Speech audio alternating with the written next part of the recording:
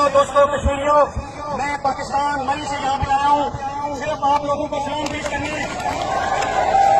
اور آپ لوگوں سے یکجہتی کا اظہار کرنے اور آپ کو یہ بتانے کہ خدا گواہ ہے کہ پاکستان کی 99% اکثریت آپ کے کاج آپ کے مطالبات کے ساتھ کھڑی ہے۔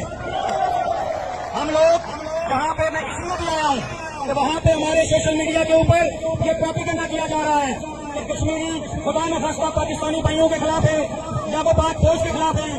میں یقین دلاتا ہوں، میں نے ایک بچے کشمیری سے آج بات کی ہے، کسی بندے میں نفرت نہیں ہے۔ حکومت پاکستان سے مطالبات کر رہے ہیں آپ لوگ اور جائز مطالبات کر رہے ہیں اور یہ آپ کا حق ہے۔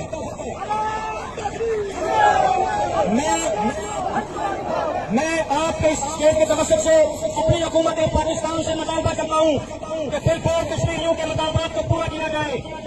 کشمیریوں کے جتنے مطالبات ہیں، خاص کر سب سے بڑا مطالبہ کہ مہاجرین کی پالیسی کو ختم کی جائے اور کشمیری عوام جس شعور کا مظاہرہ کر رہے ہیں اور جس طرح یہ نکلے حکومت پاکستان ہوش کے نہ کھولے اور دیر کیے بغیر ان سے مذاکرات کرے، ورنہ یہ ہمارے ملک کا بہت بڑا نقصان ہوگا۔ خدا نخواستہ کہ اگر اسی طرح سوشل میڈیا پر پروپیگنڈا چلتا رہا اور کشمیریوں اور پاکستانیوں میں نفرت کی دیوار کھڑی کی گئی تو یہ ڈبہ ساری زندگی نہیں دھویا جا سکتا۔